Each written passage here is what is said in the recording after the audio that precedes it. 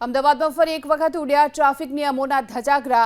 Wrong સાઈડમાં ફૂલ સ્પીડમાં દોડતી 5 લક્ઝુરિયસ કારનો વિડીયો સોશિયલ મીડિયામાં વાયરલ થયો। નરોડાથી નાના ચિલોડા વચ્ચે એક સાથે આ 5 કાર ફૂલ સ્પીડમાં રેલવે ઓવરબ્રિજથી પસાર થતી હોય તેવો વિડીયો એક જાગૃત નાગરિકે સોશિયલ મીડિયામાં વાયરલ કર્યો।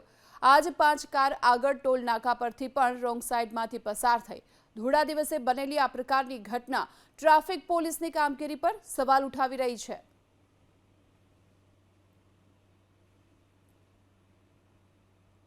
અમદાવાદમાં ફરી એક વખત ઉડ્યા ટ્રાફિક નિયમોના ધજાગરા।